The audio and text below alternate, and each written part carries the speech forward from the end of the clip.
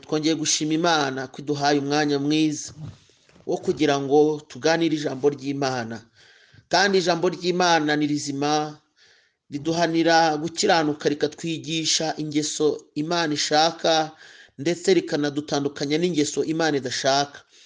Ngewe rero mugiye kuganira n'ubundi ni Moise Sindayigaya, nejejwe n'uyu mwanya kandi numva umwuka w'Imana ampaye ijambo kugira ngo rihembure imitima yacu twese. Hanyuma rero turasoma ijambo ry'Imana ahangaha muri Yeremiya ibice 8 umurongo waho wa 20 tugere hepfo gatoya. Reka dusome mu izina rya Yesu. Ijambo ry'Imana riravuze ngo isarura rirarangiye, iki kirashize kandi tudakijijwe. Babajwe n'umubabaro w'abantu banjye, ndirabuye kwiheba kuramfashe. Mbese Galeyadi nta muti womora uhaba, kuki uruguma rw'ubwoko bwanjye rutakize? Ye baba we, icyampa umutwe wanjye ukabamo iriba ry'amazi, n'amaso yanjye akaba isoko y'amarira, kugira ngo ndire ku manywa na nijoro, ndirire abantu banjye bishwe. Imana idufashe. Mwakire neza ijambo ry'Imana. Iri jambo ry'Imana rero narihaye insanganyamatsiko cyangwa se rifite intego ivuga ngo ibi bihe bigusize he kandi bigusigiye iki? Bene data, ubundi igihe cyose umuntu arimo, iyo tuvuze ngo ibi bihe, ushobora kuba ari ibihe dusangiye cyangwa ari n'ibihe by'umwihariko, ushobora kuba ari ibihe wabayemo cyangwa nabayemo, bishobora kuba ari ibihe ugenda n'uyu munsi ukiri kugenda, bishobora kuba ari ibihe dusangiye, igihugu gisangiye, quartier isangiye cyangwa itorero risangiye. Ibihe bigira ishusho cyangwa bigira isura bitewe n'uwo bikorerwaho cyangwa n'uwo biri kubaho, ariko intego iravuze ngo ibi bihe bigusize he kandi bigusigiye iki? Icyambere, iyo bivuze ngo bigusize he, biba bisobanuye ngo ahantu bigusize mbese ni heza, urumva uhagaze neza, ntago wangiritse kubera ibihe, nta ngaruka wahuye nazo mu buzima bw'umwuka mu rugendo rwawe, ntabwo waba warakomeretse kubera ibi bihe, ntiwaba warangijwe n'ibihe, ntiwaba waratonetswe cyangwa ugakomeretswa n'ibihe bigatuma urugendo rwawe rugira inkomyi n'igitotsi.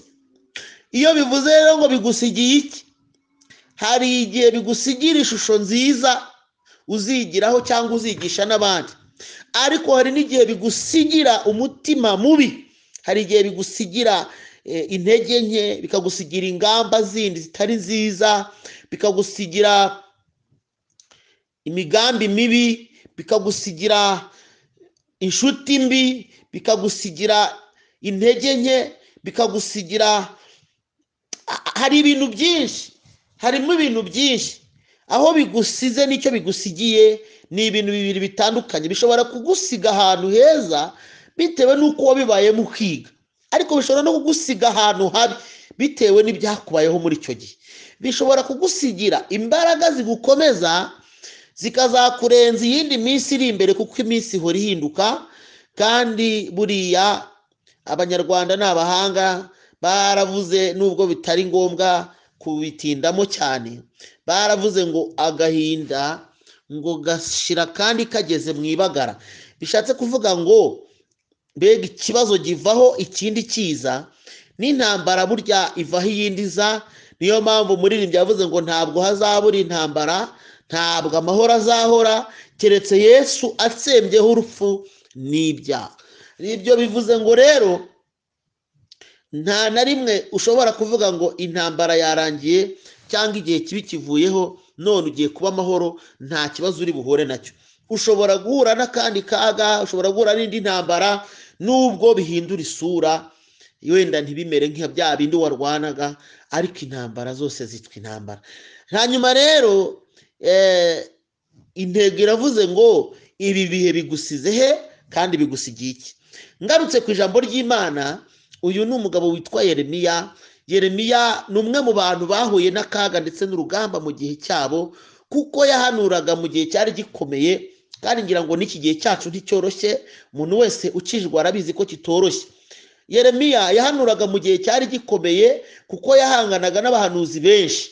Abahanuzi benshi murabyibutse, umwami Ahabu yari afite abahanuzi benshi, mubyibuke. Abahanuzi benshi bahanganye n'umugabo umwe witwa Mikaya. Ahabu ari kumwe n'abahanuzi benshi. Uyu mugabo rero nawe Yeremiya, igihe cye hariho abahanuzi benshi b'ibinyoma nk'aba ngaba bo ku bwa Ahabu. Icyo gihe yahanganye nabo rero, kuko we yavugaga ati igihe kigiye kugera i Babuloni baze banyage abantu bo hano i Buyuda, babajyane babakure hano i Buyuda, nibarangiza babajyane i Babuloni, kandi tuzatindayo, abantu bazamarayo imyaka igera muri 70.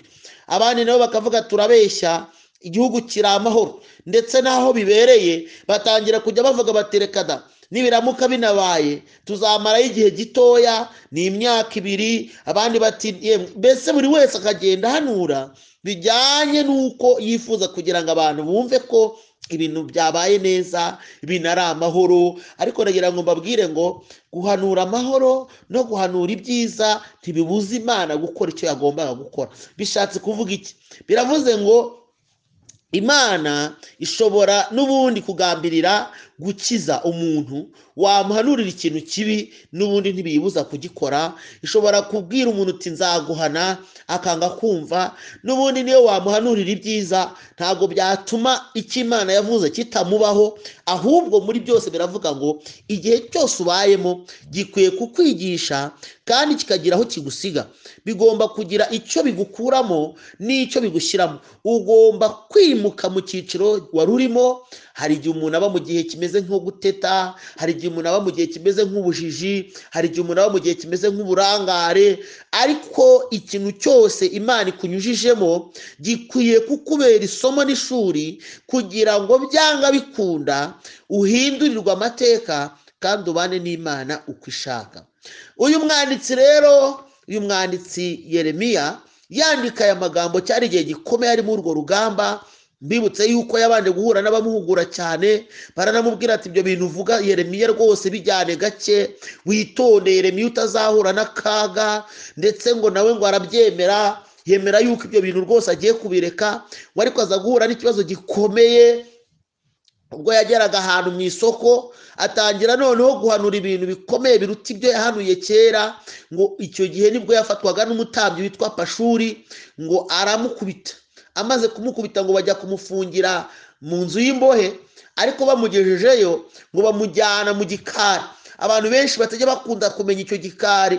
Icyo gikari ngo ni ahantu bamujyanye mu rwobo rwari rurimo ibyondo, ngo bamufungiramo. Aho niho yavuze amagambo akomeye, aravuga ngo Mana waranshutse nanjye nemera gushukika. Ariko Imana iramubwira ngo Yeremiya ntabwo nagushutse, ahubwo iramubwira hano muri Yeremiya n'ubundi ibice byaho numva ari 33, duhereye ku murongo waho wa mbere tukagera hepfo gato. Haravuze ngo, reka wenda duhere ku murongo wa 2. Haravuze ngo Uwiteka, Yeremiya ibice 33, umurongo waho dusome wenda duhereye ku murongo waho wa gatatu, wa mbere tugeze ku wa 3. Haravuze ngo ijambo ry'Uwiteka ryaje kuri Yeremiya ubwa kabiri, bisobanuye ngo hari ikindi gihe ryari ryamujeho. Hanyuma ngo akingiraniwe mu gikari cy'inzu y'imbohe riti, uku niko Uwiteka avuga, ari we ugira icyo akora, ari we ukirema akagikomeza. Uwiteka niryo zina rye, aravuga ngo ntabaza, ndagutabara, nkwereke ibikomeye biruhije utamenya. Ibyo bisobanuye ngo Yeremiya amaze kwibona, atangiye kuvuga ngo waranshutse nemera gushukika. Yari amaze kugera ku rwego abona ko ibintu Imana yamubwiye bikomeye, kuko yabonaga n'ahantu ari atahikura. Ariko Imana iramubwira ngo ninjye ugira icyo ndema, ninjye ugira icyo mvuga. Bwa mbere ndakivuga, iyo nyivuze ndanakirema, iyo nyiremye ndanagikomeza. Biravuze ngo Imana ivuga ibintu ivuga, niyo byaba ari ibintu abantu bazi ko bitazashoboka, mu mbaraga zayo ifite uko ibigenza bigashoboka. Aravuga ati rero njyewe nijya ugira icyo mvuga, iyo nyivuze nkabona kizagira ibibazo ndakirema, kandi iyo nyiremye nkabona gifite abakirwanya ndagikomeza. Ndagira ngo nkubwire ngo kurwanywa si cyo gisubizo cyakubwira yuko utazagera ku cyo Imana ishaka. Ndagira ngo nguhumurize nkubwire ngo nubwo ufite ibikurwanya, ariko iyo avuganye nawe niba ariyo koko ifite n'imbaraga zo kugukomeza kugira ngo utagwa muri izo ntambara. Haleluya.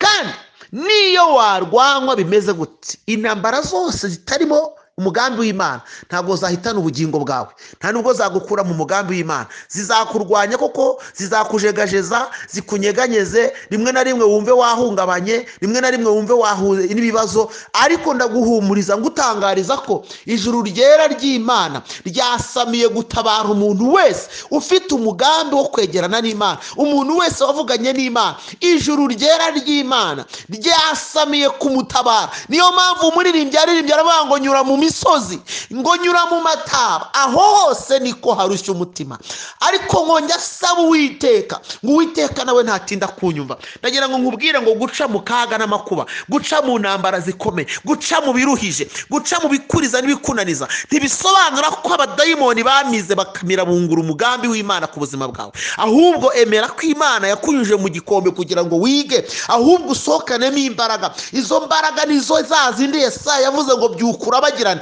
kuko umucyo wawe uje. Ndagira ngo nkubwire ngo igihe cyawe nicyo cyo kugira ngo ubwire abantu yuko Imana ishobora byose, no mu kaga no mu bikomeye ahakuvana, no mu rupfu no mu ntambara ari ikuri kuzima igashyirayo. Ndashimira Imana yuko igufiteho umugambi, ndashimira Imana kubw'umugambi dufiteho. Imana ishimwe.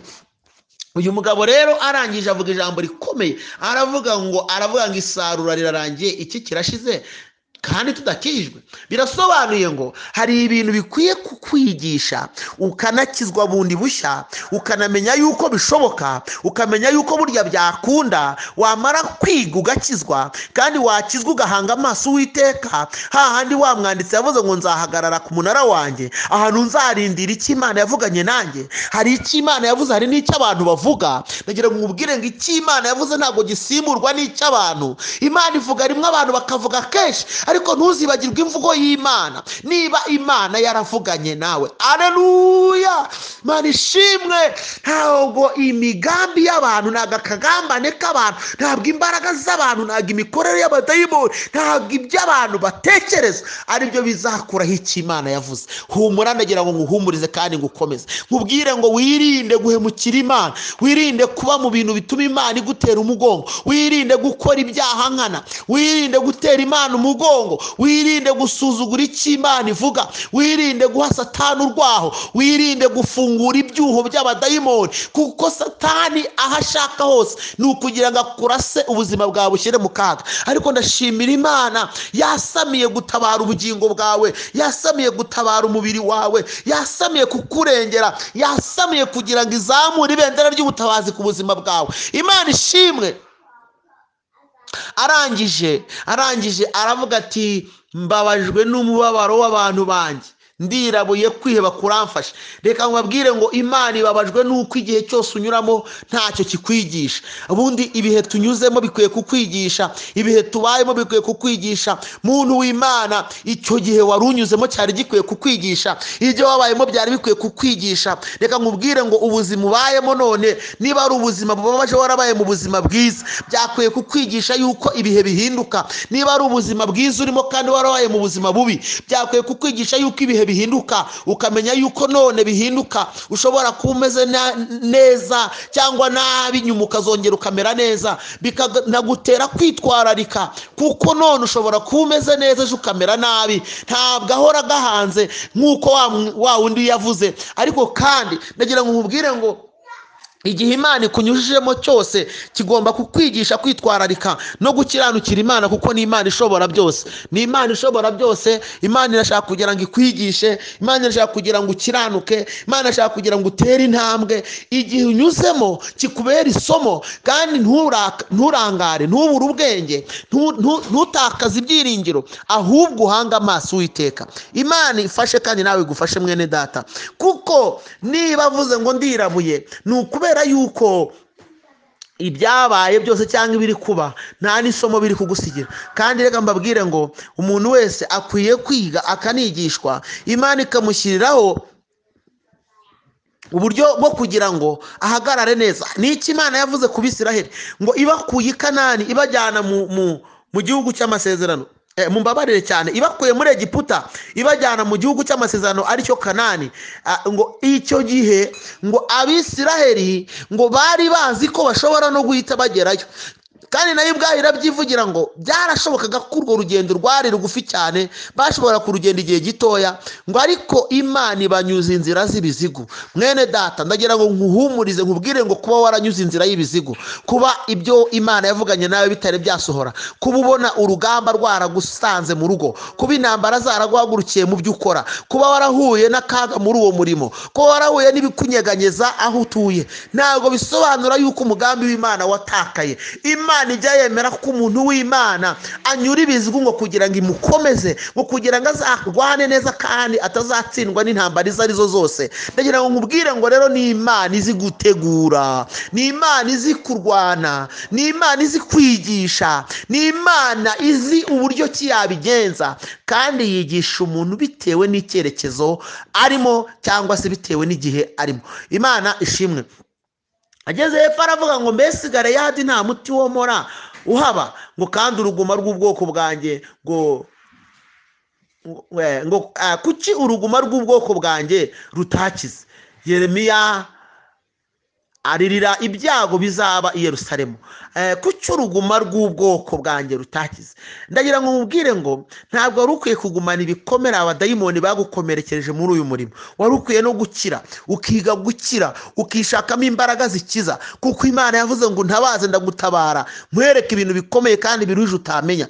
Biravuze ngo urwo ruguma nibyo warakomeretse, ariko ukwiye no gushaka imbaraga zigukiza. Ntabwo ukwiye kuguma mu bintu byo kuvuga ngo narakomeretse, ngo ngiye ngo numva ngo umutima wanjye warabihiwe, ngo hari ibintu numva ngo ntashaka no kongera kumva. Ndagira ngo nkubwire ngo nuko urugendo rwubatsemo ibidukomeretsa, ariko turashimira n'Imana ko ari umutabazi, turashimira n'Imana ko ari itwomora inguma, turashimira n'Imana ko ari idukiza, turashimira n'Imana ko ari ituvura. Aleluya, Imana ishimwe. Ntabwo niteguye kukubwira yuko uzaba mu rugendo rutagira ibigukomeretsa, uzaba mu rugendo rutagira ibikurwanya, uzaba mu nzira itagira ibikunaniza, ariko nagira ngo nkubwire ko amaboko y'Imana ngo ari ku bayishaka bose, niko Ezira yavuze. Aravuga ngo amaboko y'Uwiteka ari ku bantu bayishaka bose ngo ibagirire neza. Birasobanuye ngo nubwo warwangwa, ariko ijuru ryasamiye, nongere ngo hanurire ngo rirasamye, ryasamiye gutabara ubugingo bwawe, ryasamiye gutabara ubuzima bwawe. Ntabwo uzaheranwa n'akaga n'amakuba. Ayiwe, Imana ishimwe. Ntabwo uzaheranwa n'akaga n'amakuba, ariko gira icyo usigarana ku bw'ibihe unyuzemo, gira icyo wiga, gira ikintu gikomeza umutima, gira ubuhamya bwa none ku bw'iki gihe urimo, gira ubuhamya bwa none. Tekereza yuko uzabwira abantu imirimo y'Imana n'intambara mwarwananye, ubwira abantu ngo nabonye Imana ishobora byose, nabonye Imana yambura umuntu ubuzima bumwe ikamushyira mu bundi, nabonye Imana ikura umuntu mu rupfu ikamushyira mu buzima, nabonye Imana itabara umuntu ageze ku bwa burembe, nabonye Imana yigaragaza ku munota wa nyuma. Izina ry'Imana nirishimwe. Aleluya, haleluya, haleluya. Imana ishimwe. Ageze hepfo aravuga ngo ye baba we, icyaha mu mutwe wanjye ukabamo iriba ry'amazi, n'amaso yanjye akaba isoko y'amarira, kugira ngo ndire ku manywa na nijoro, ndirira abantu banjye bishwe.